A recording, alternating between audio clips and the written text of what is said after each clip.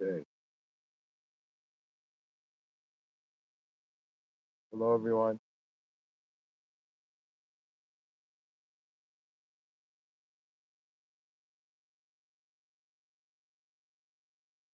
The title of this recording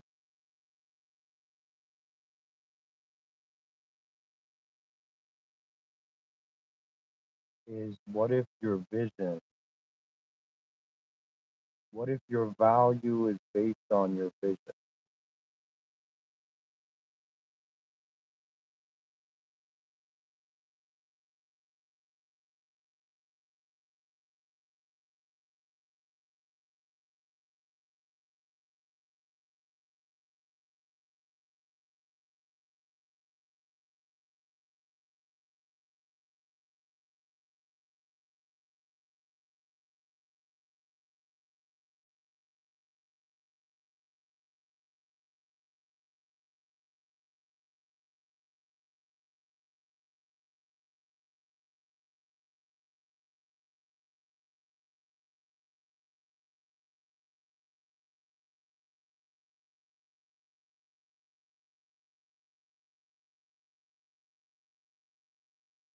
And I've written hidden dimensions along.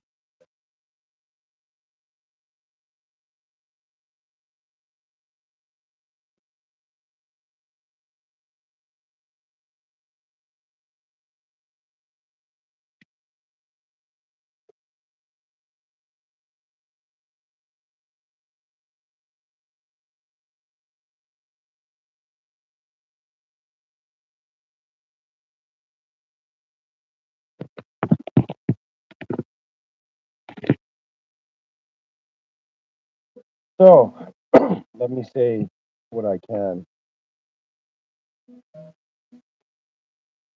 to take the moment forth.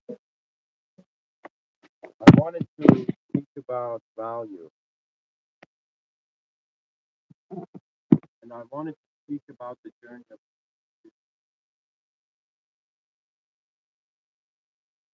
and how every human being we see has this. They actually every human being has a value.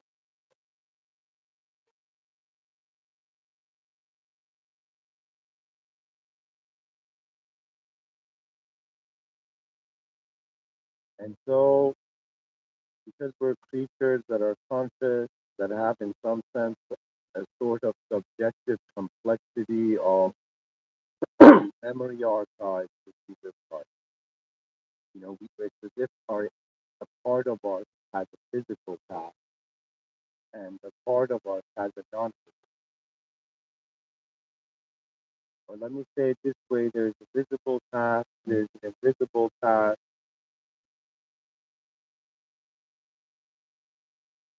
and there's a visible task and invisible task for each category of intelligence.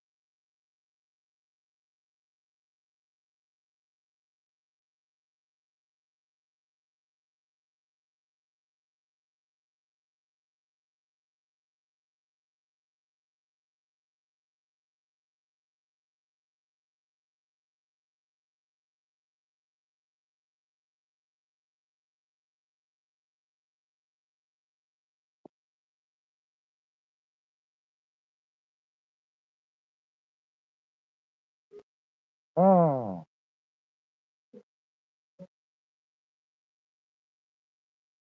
you see, human beings, they explain life to themselves through a story, through a subjective story that overlays upon the objective reality. When I wonder about the meaning that I find in my life, I wonder about the shape of reality that I have accept it, or in some sense, what manner my value system is present. And so people have different values, and there could be mistakes made on the on the way, and there could be some accurate decisions. But in reality, the human experience is not a perfect system. We're not creatures designed for perfection, and we're not creatures that are designed just to be imperfect. We are the awareness of both ways.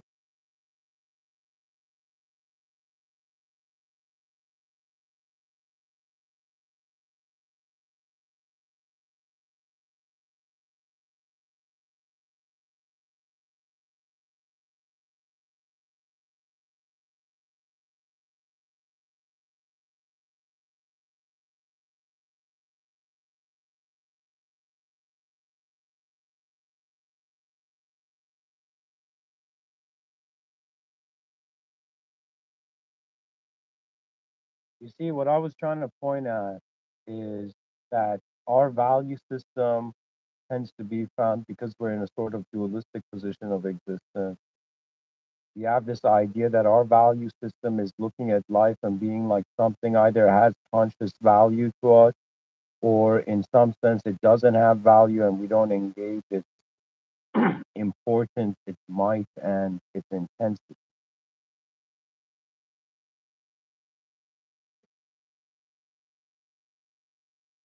Something that has changed within me now that I've returned to giving these talks again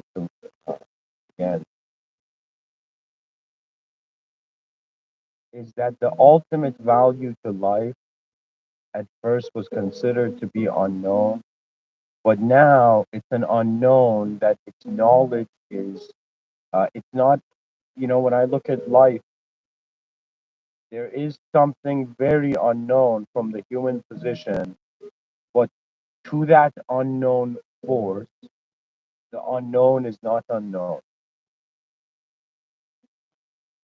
It's in some sense, imagine like a squirrel on a tree, he's a human being.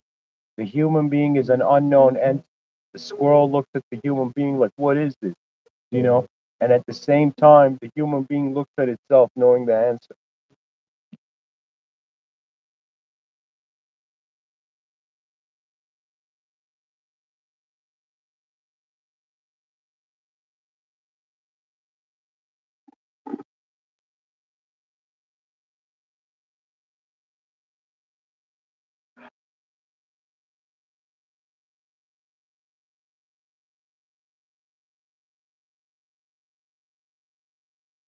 One thing I caught on to early in life is that there comes a point where you let go of everything you've held on to.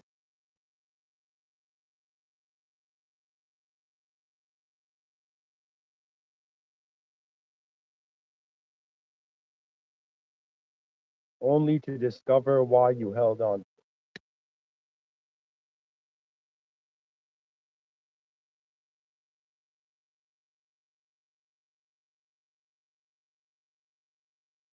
So when we look at the human experience,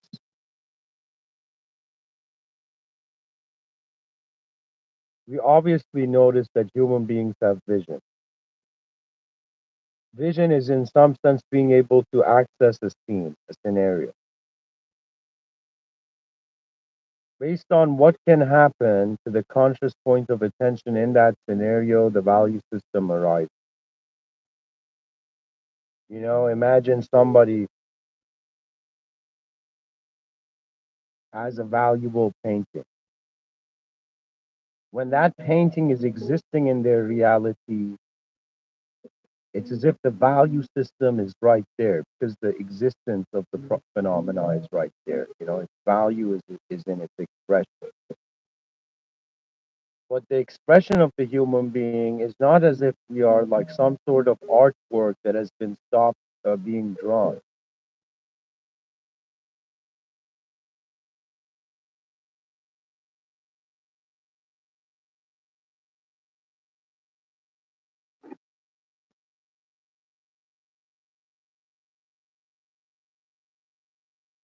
The value system for the conscious entity is dynamic. The value system for an existential entity is being considered static.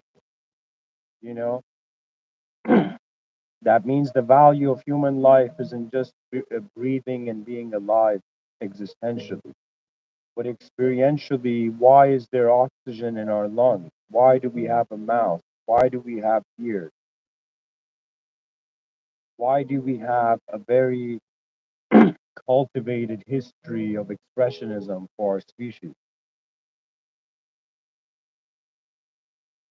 I realized that before I had not come into a conclusion and a sort of overall certainty on the metaphysical nature of reality. And this is hilarious because usually we tend to have a physical view. We tend to try to find accuracy in our physical considerations of life. And then from those physical considerations, wonder about that which is metaphysical, that which comes after the physical. You see, life, the value systems in life are so fascinating based on how your vision is. When I say vision, I am considering that there are two types of vision. So any human being listening to me right now, I am considering the a human being to have two access to two types of sight. Okay, and for now, I'm just saying two types of sight, just to be able to explain it.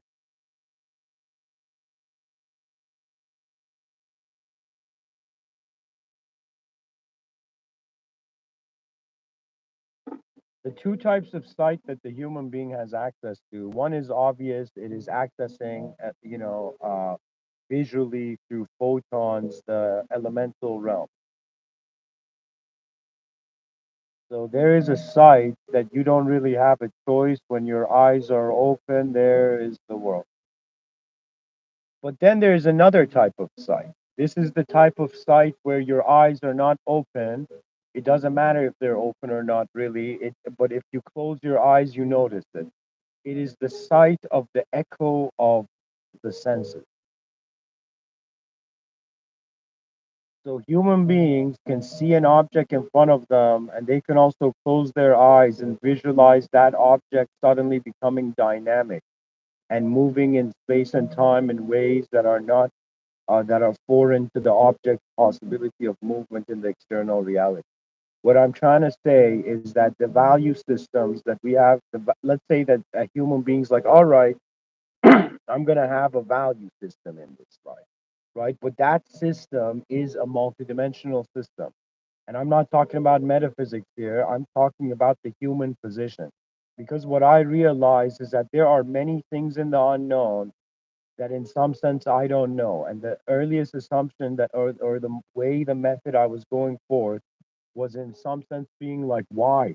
There's a world here, there's a giant world here, everything should be out in the open. It's kind of like when you open the hood of the car, you see the engine. And so I had this impression that if you zoom in and look at life very deeply, it's like the vision unlocked, the new value or the hidden values that there could be there.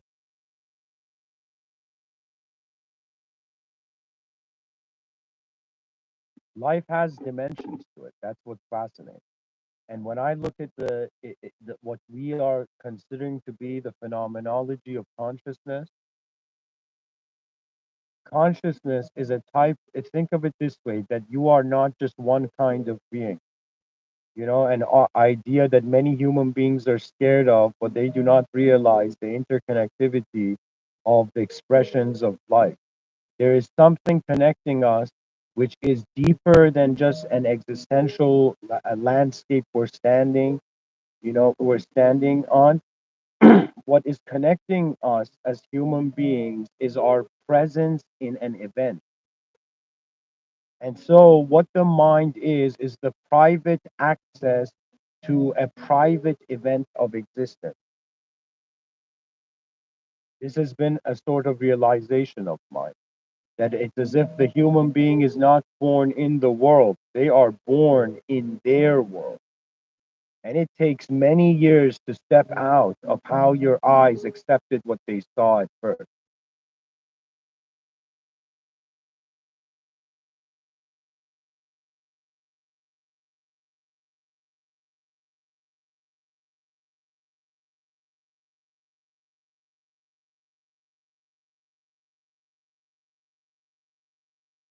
So let us consider that if the value of the human existence is based on the vision of the human being, of the human experience, so it's in some sense, it's like what we have access to is becoming the building blocks of our reality. And our reality is really our value. So that means what is real to an individual becomes their life, becomes their life meaning. Really, a lot of life is pretty much how to point your attention. When I was younger, of course, there's deep rooted traditions where, for example, they say that in the East, discipline, which is a sort of resistance against the chaos of freedom. It's as if there's this view that discipline is more important than freedom. But in the West, freedom has become more important than discipline. And so, as the old world is being forgotten by the modern world is actually, it wants isolation. There was a time where I was thinking, why is something happening to human beings that is making them disconnect from the living world, from the actual world? And you know what I realize is because we've written that chapter already. That chapter has been written. We have experienced biological organisms, you know, and so the attention of the future generations seems to be on a reality that its freedom surpasses a sort of maintenance of its ancient discipline. So what I'm trying to suggest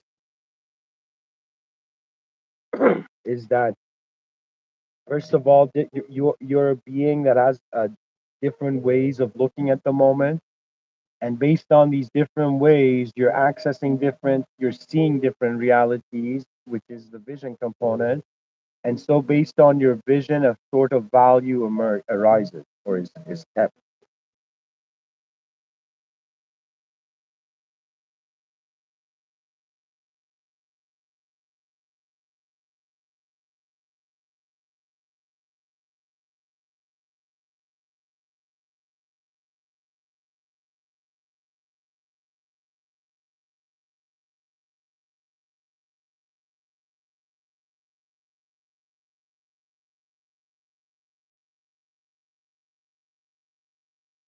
So, let's start from somewhere.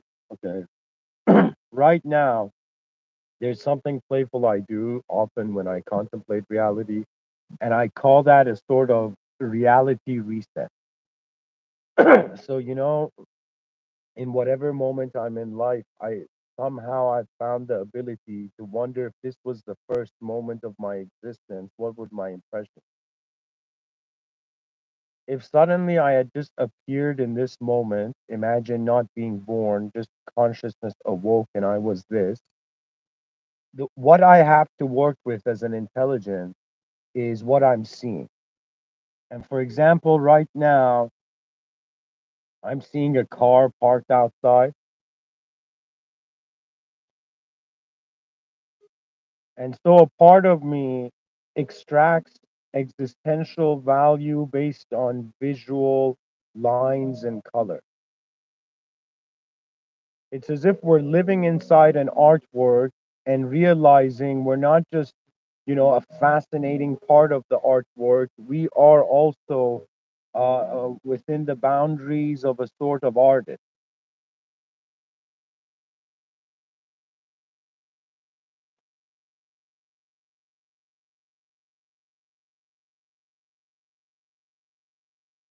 When you look at your life and you're trying to extract its value, you're kind of left realizing, okay, I did something.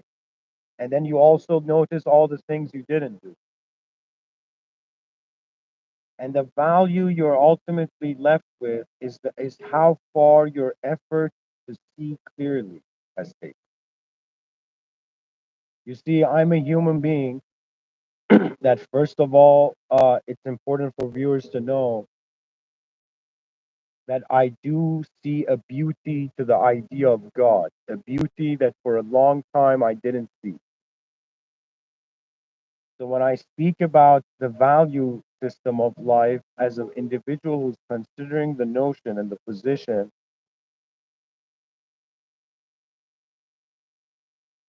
of an original higher force, of the acknowledging the supremacy of an original force that has moved all up until now.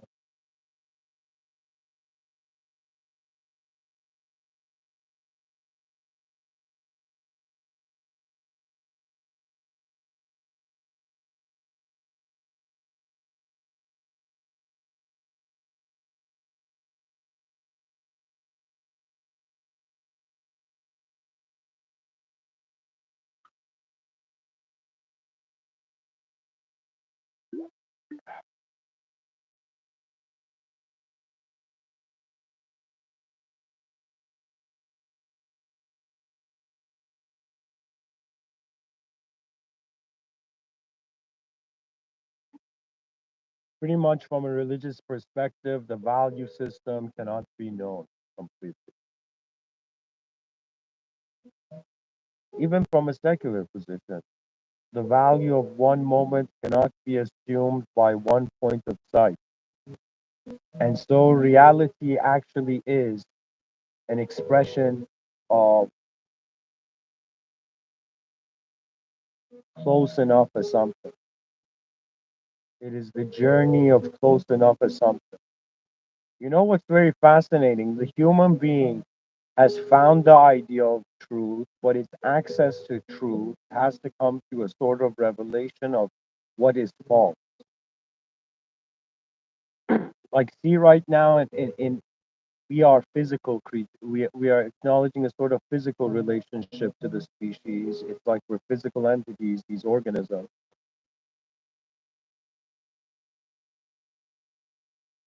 However, what's bizarre is that from one angle of value and value of vision, from one vision, we are an object, and we're living life as an object that can readjust its objective position, its position.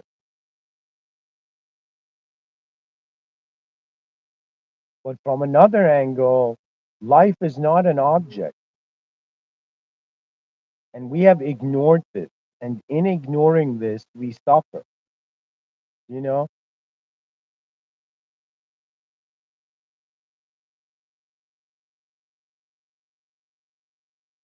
just consider the idea that humanity is not alone. Just consider this idea that intelligence is not just limited to human definition. Imagine there was something before this on this earth, in the presence of this world prior to the emergence of human beings.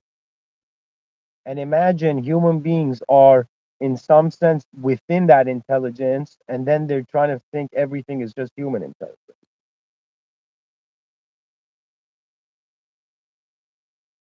The problem with the human idea is that it can never be everything. It can never be the depth of actually what's going on. What this means is that the internal model. So a human being looks at, like, right now I'm looking outside at this car, right? The car, it's not that what I'm considering to be a car, covered with snow, is in actuality just an object that I am associating language to. So when I look at an object and it's suddenly a car, what's making it a car is the inner model, is the inner ideological model. But what the object is in its nature is that it's actually empty until looked at. You know, we forget how children behave, and then as the human being grows up, we forget that, that same attitude is there. So what it is like, for example, you give a toy to a child, the child is happy. You take away the toy, the child cries. Imagine a very young child, and then you give the toy back, the child is happy again. The child did not create additional dimensions of why did they take my toy? You know, like, who dares take my toy? How dare they? You see, it's like The sophistication of the internal overlay of ideological significance is not there yet. So, what it means is that if the human being doesn't have any ideology, its ability to feel becomes instantaneously. It's literally like the idea of a water can take the shape of the cup. And right now, this energetic being we are is taking the shape of our thoughts. Like we got to notice this.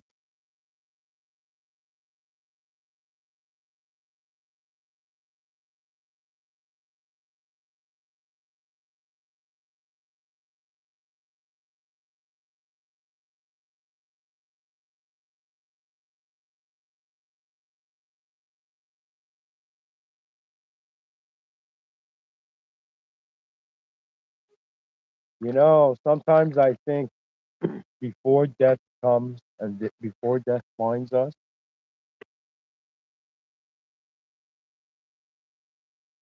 life needs to give its sermon.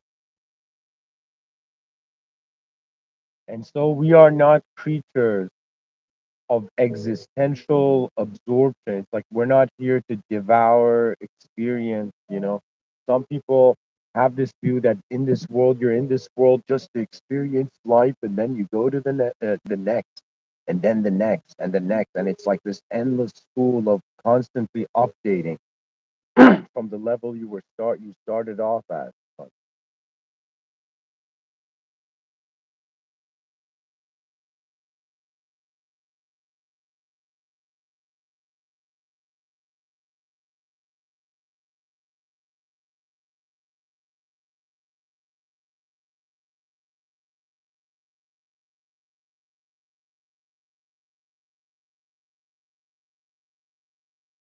What being a human being is as a slight ability in directing attention. And the more advanced of a being you are, the easier it is for you to direct your attention. The less advanced you are, the more your attention is being puppeteered, right? But there's a difference in the idea of, you know, this is way more complex, because there are some things that the most advanced state you can be is by letting go, and there are some states where the most advanced uh, position is in some sense based on what you hold. You know, for example, in poker, the most advanced hand has to be a hand that's dealt. But there is also circumstance. That means it could be that the behavior of one poker player is advanced because they have a good hand, and we can say the behavior of the other poker player was advanced because they folded. So it is an awareness to value, and then how your inner vision is an additional layer on the moment, which allows you to even fathom something happening to the moment. So what I'm saying is our eyes are membership into existence. I really like that. Our eyes are our membership. Our consciousness is our membership in cosmic activity.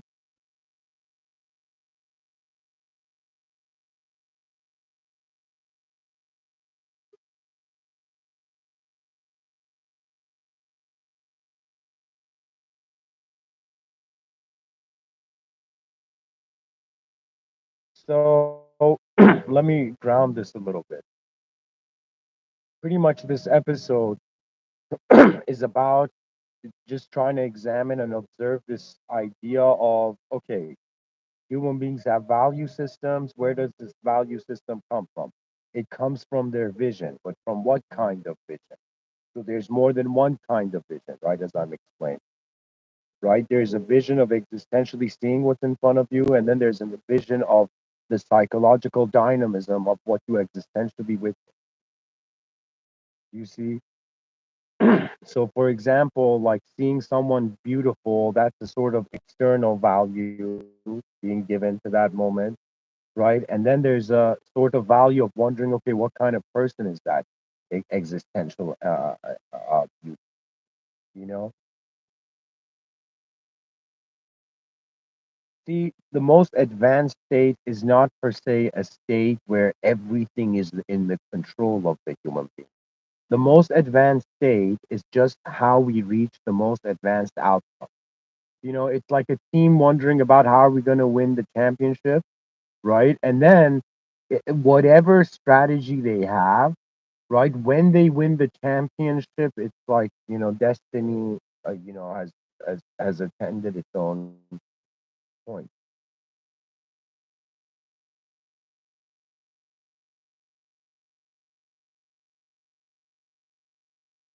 Or a better way to phrase it is destiny has attended its own event.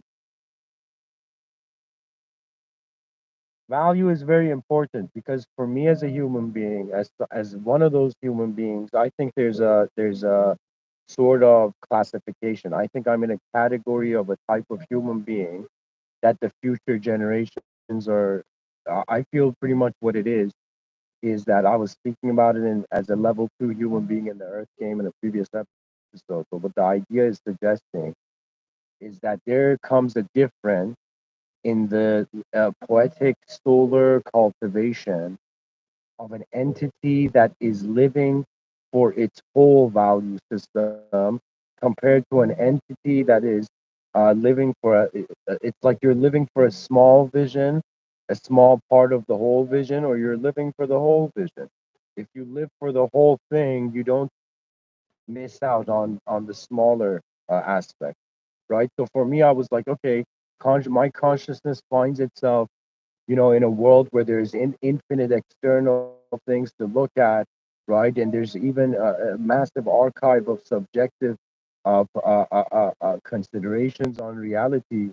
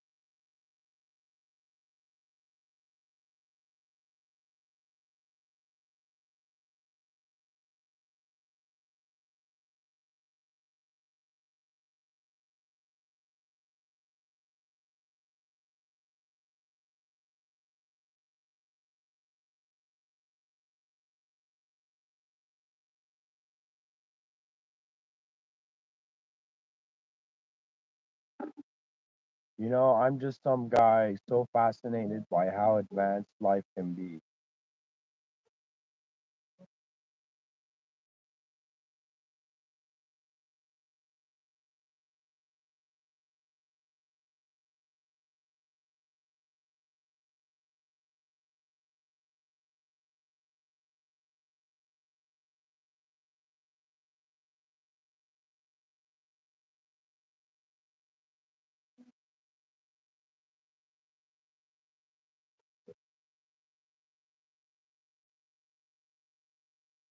And to me, that advancement is based on our values.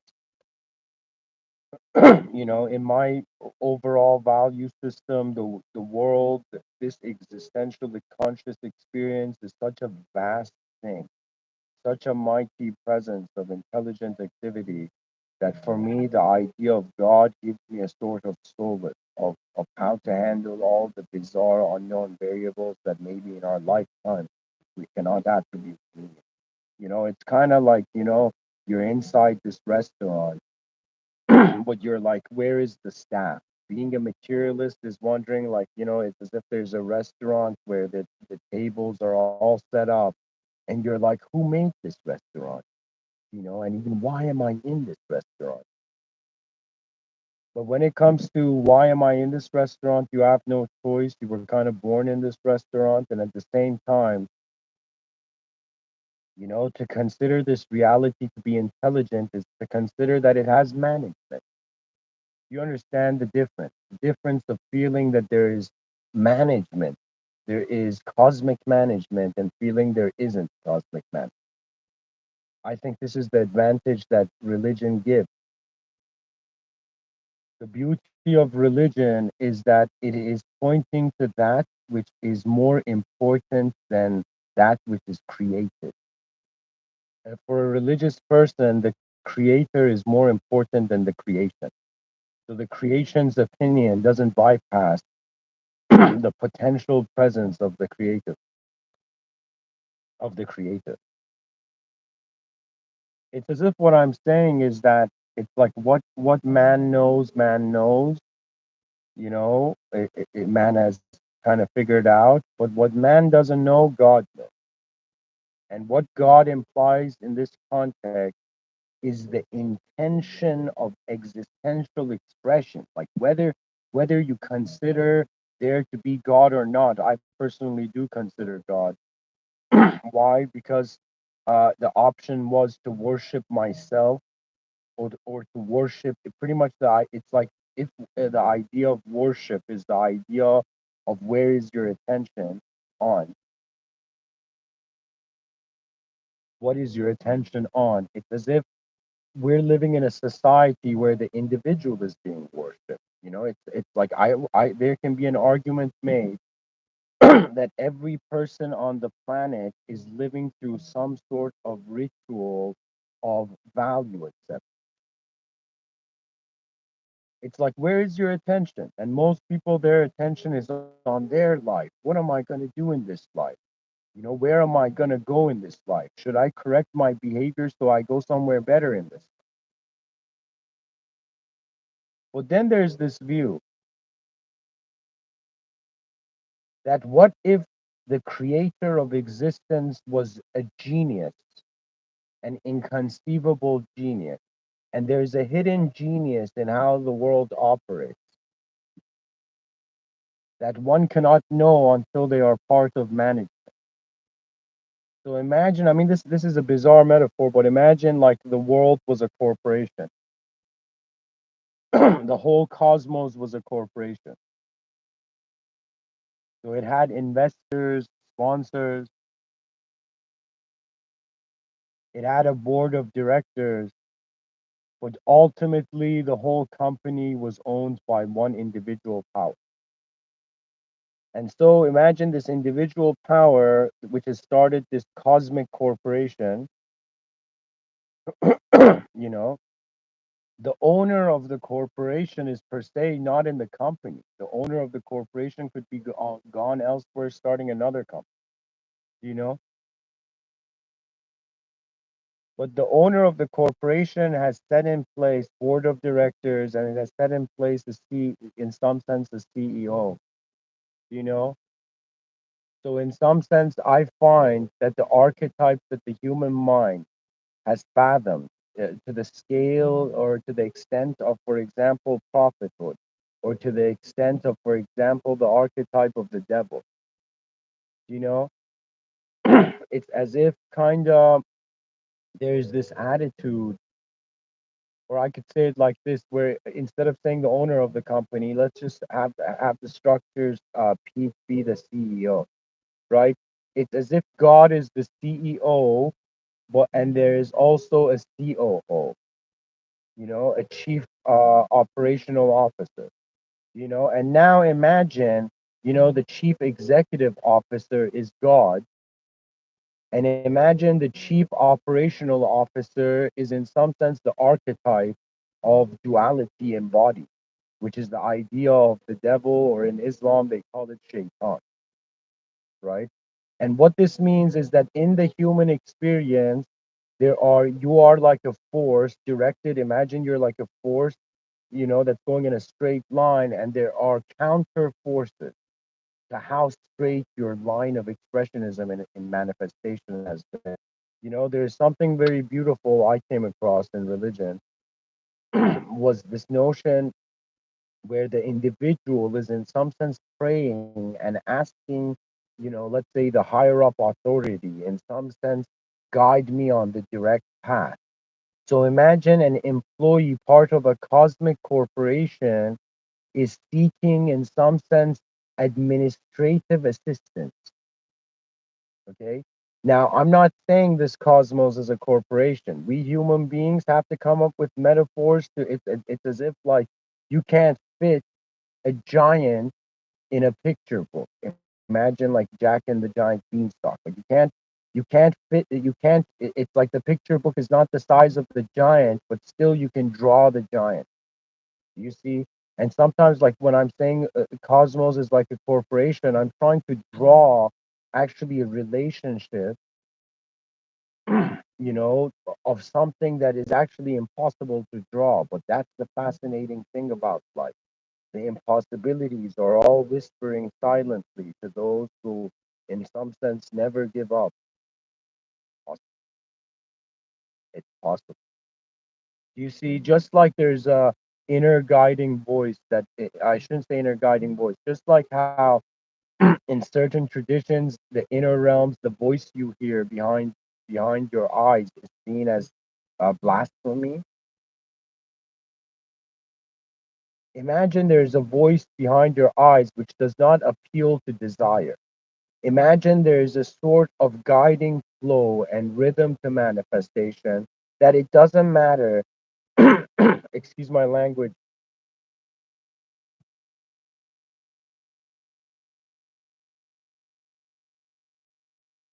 where it's like it doesn't matter how fucking good or evil you are, it matters how far you have cared for what's to come.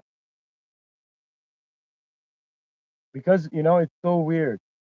We come to the present, we come to the here and now, and we realize that without tension of attention, there doesn't need to be any value. It's as if the human brain existence is something that doesn't need subjective value systems to function. But if it wants to do a high level activity, you know, then in some sense it needs to direct itself.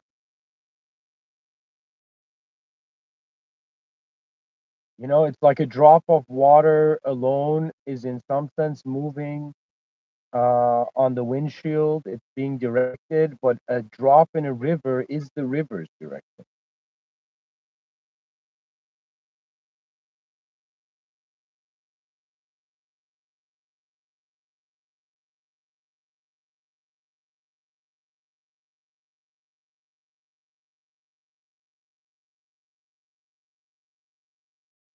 And something that breaks my heart, but I have learned to live with it, is that human beings are being distracted from their purpose, that human beings are forgetting the greatness that awaits. And even though I pointed to the idea of God here, that is something that is it's off limits for me.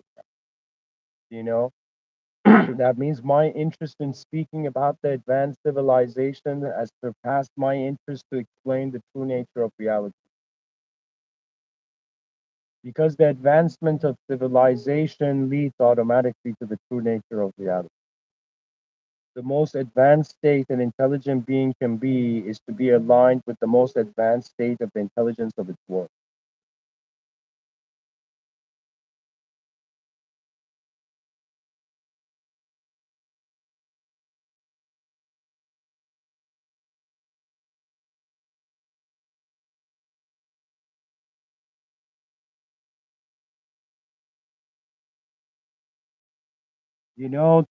To want the greatest, to want the advanced, the individual might have been conditioned to be humbler than their vision, of what they can be. But if if we wanted that, if we wanted the greatest and the most advanced, not for ourselves but for all of us, then it would be justifiable. Do you know what I'm saying? It's as if when one person's like, yo, I want to be great, everybody else is like, hey man, we're not having a great time here, so stop being great.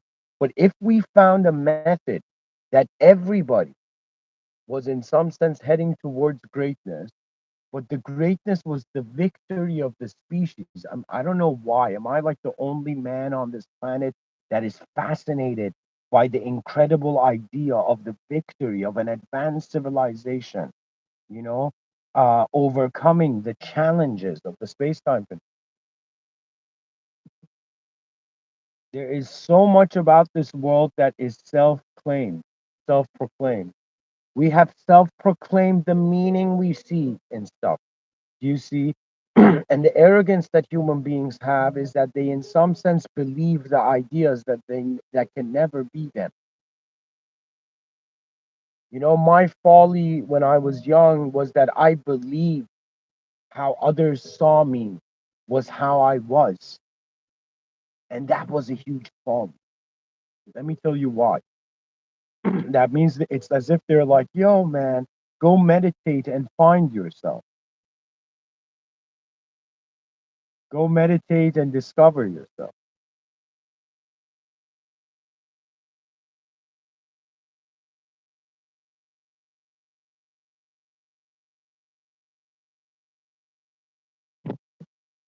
But you realize that there is limitation.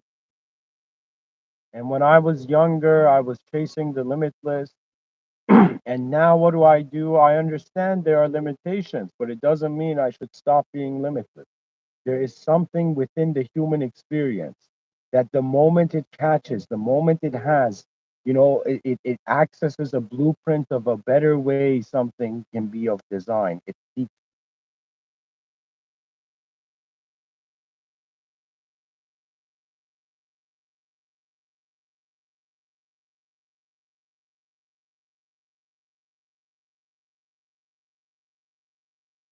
your vision, dear viewer, is what you are gifting. Your value system is the gift you're giving to the future generation. How are you giving this gift? By how your value system makes you behave. And I don't know how I suddenly got like inner visions of this to talk about it, but there is something that's missing from the type of modern civilization we're considering ourselves to be in.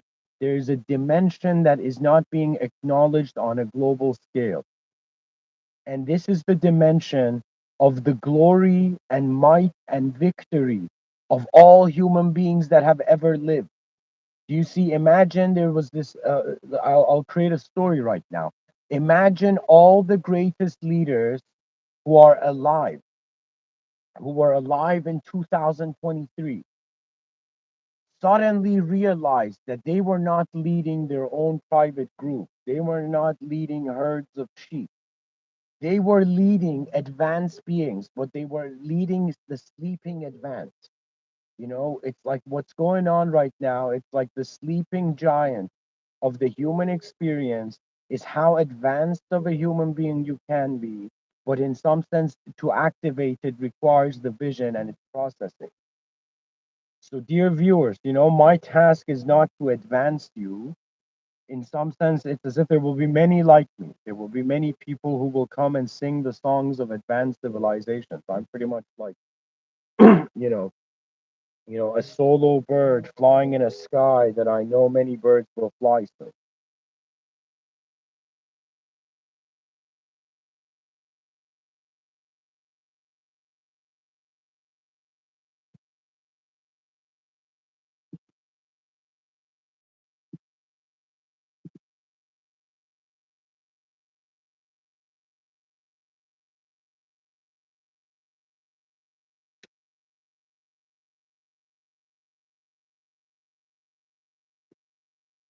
The advancement of your species, the advancement of all conscious living beings, piloting right now through this plane of existence, through levels of suffering.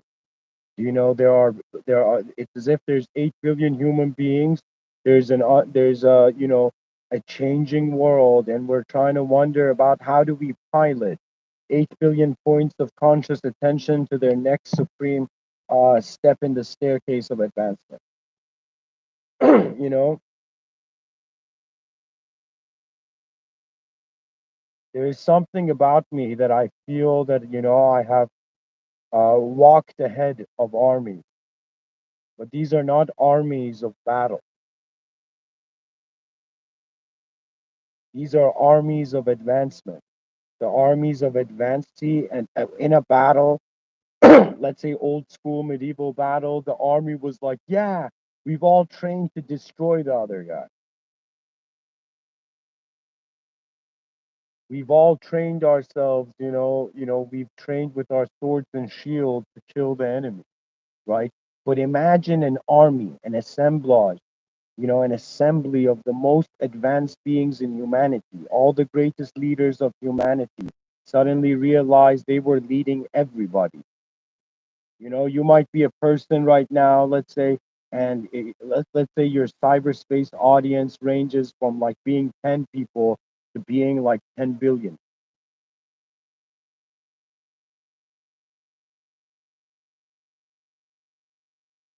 And what matters is, in some sense, where the attention is going.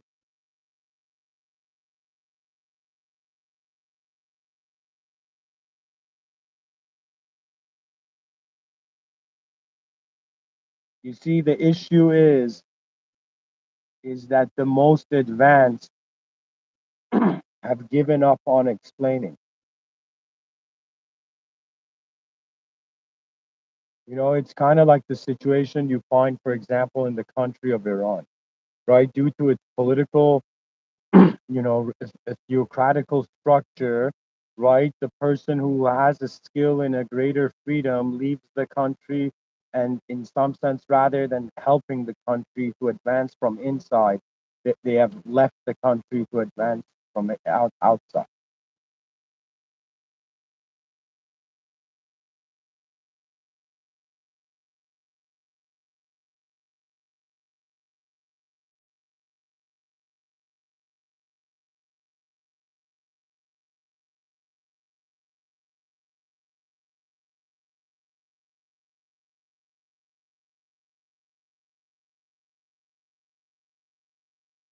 Imagine a person was walking in a strange art gallery.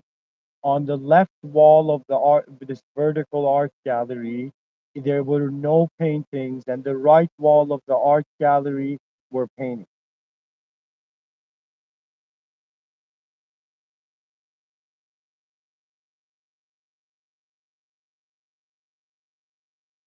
And so imagine the person went through the art gallery only looking at the left wall, right? And so they saw no artwork, and so they left the art gallery, and somebody was like, how was the art gallery? And the person's like, this wasn't an art gallery, man. I just saw a wall with nothing on it, right? So it's as if when we don't access the vision and we don't access the value, it's as if the value had never existed. It's kind of like, if you don't live to see what life is, it's kind of like you were dead to begin with.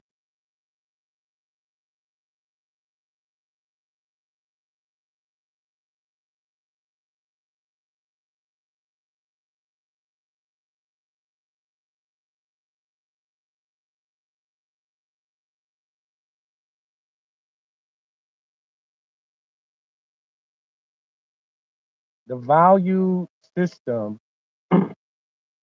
systems have something in common, which is the idea of repetition. And so I would say a very interesting view on how you as a human being, you're having a value system is kind of thinking like the value is out there, similar to how Michelangelo said, I saw the angel in the stone and I set it free. What does that mean? It's as if the existence has a value, and your consciousness is sculpting, your own statue of it. Everybody is like this, it's like that's the cool thing about human being a human being. We cannot have 100% certainty, because if we did, we would not be the human. We would not be a part of the system if we knew everything about the whole system. So, most likely, till the end of time, the conscious awareness of what reality completely is will not be fulfilled.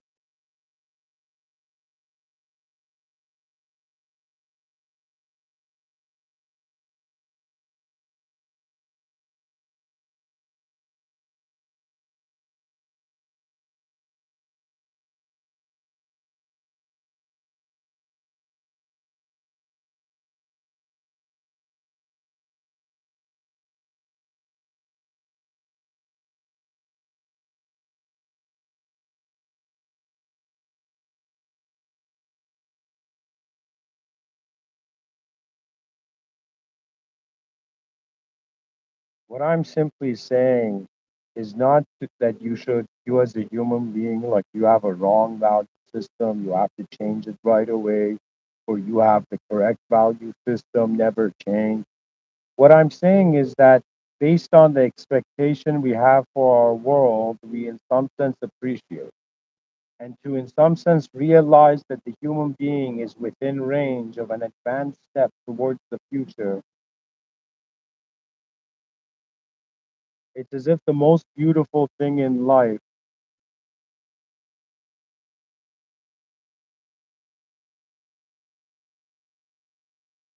is to consciously notice its advancement. We have an opportunity to be an advance, the advancement of reality.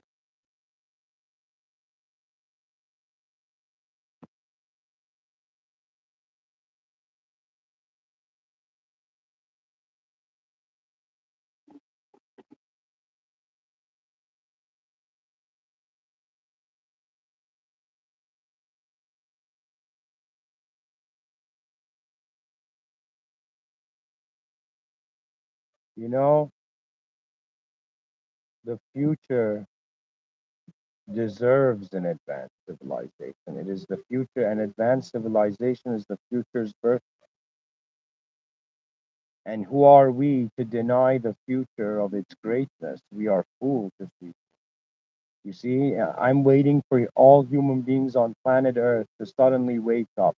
Those in the most elite position and those in the least elite. That means I'm waiting for the advanced humanity. I will knock on this door as long as it takes until the advanced humanity opens up to its true nature.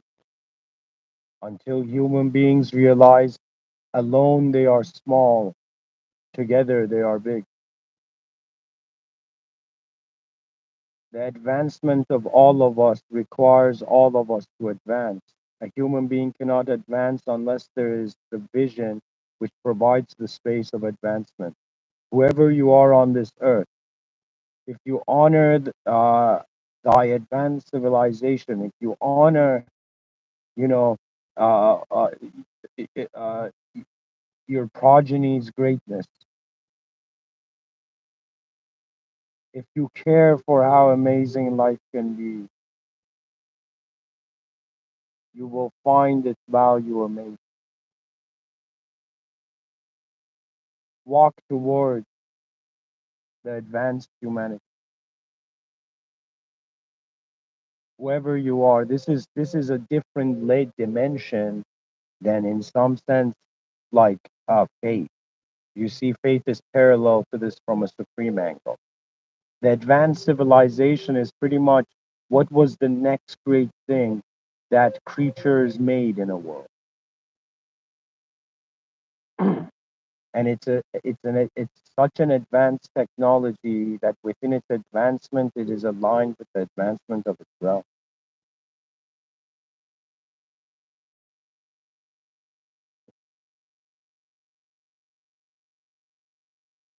And you want to know my advice, Mr. Within's advice would be in some sense just, Jabra Ansari's advice would be love the world before you can hate it.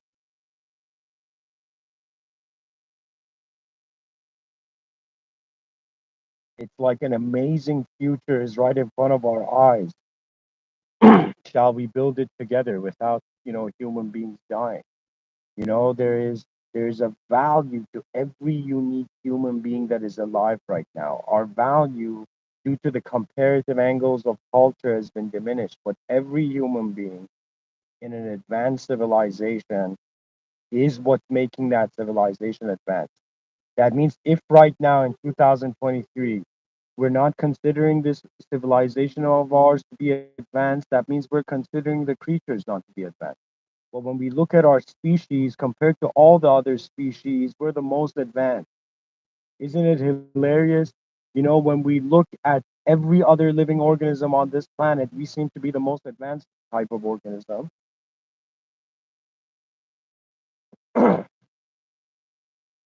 due to our capability to not just be an object. We're like an object that moves.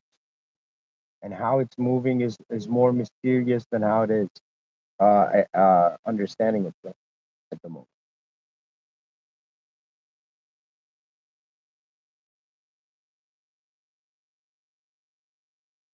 What I mean by hidden dimensions along the way, I mean that your value system internally is dynamic. Therefore, it's like it's not just what you are and where you are, it's like how you got to where you are or how you're going.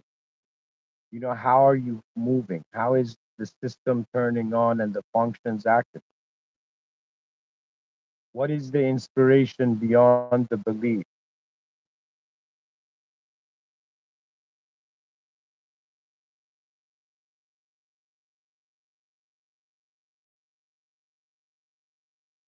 that we are nothing? There will come a time where we will see the hollowness in desires that led to temporary achievement. There will come a moment where, when parents are caring for their children, they are caring for all the children on this planet. It's kind of bizarre, but that's the type of human being we need. We need the human being that has already considered humanity its greatest family.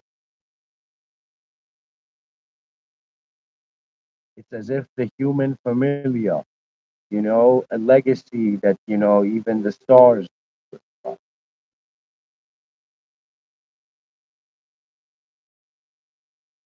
and how much we care for life suggests how much of it we can see to even extract the value.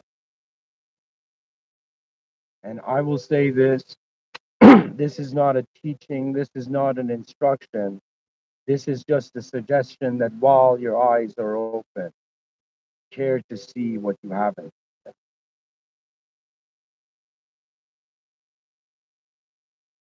Because in how brilliant life can go forth, there is a beauty that belongs to, an eternal smile, a species that never gave up, and its outcome was spectacular, was incredible. Can you imagine, like, imagine thousands of years, children are born and they're all like blissed out, and alien lands on Earth and it's like, yo, why are you, young human beings blissed out, right? And the human beings are like, because our civilization is incredible, because the world is incredible, because why should we not deserve an incredible world, an advanced civilization, advanced services, advanced products, advanced relationship with the everything. Because if we don't care for our beyond, we may never go beyond. The beyondism is the most important philosophy, which goes something like this: whatever you're considering, there's something beyond it. Don't stop yet. The motivations of attention, it's as if there will come a time in the future where there will be sky cities. We will be walking on cities that are, parallel to the clouds, that are like horizontal to the clouds. There will be a time where children will be born in the sky, a hospital in the sky. There will be a moment where there will be flying cars, and probably before flying cars, there will be a moment where we will activate a sort of force field based jetpack era. You know, I think one of the most important human beings in the future will be the human being that discovers and invents a sort of anti gravity or floating technology. The day we are not limited to we're not bound by gravity is the day that a new human behavioral psychology happens, right? Imagine, like, you know you're an unhealthy person, and you don't go outside that much, and what you do is, like, you go on your balcony, and from your balcony you jump, like, like, let's say 20 meters, like, very, like, hovery kind of way, in a safe way up, like, to the right. That means it's like, I think it might be,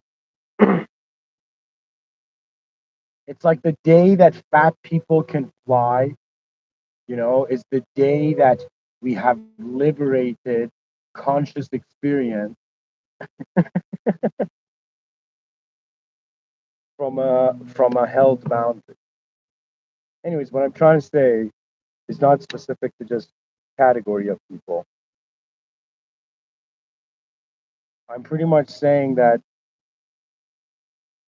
our greatness is worth it, regardless of if we feel unworthy. Walk towards the advanced humanity. You know, the rhythms of advancement will find you. That means those who care for the advanced will be accompanied by the advanced. Thank you for listening.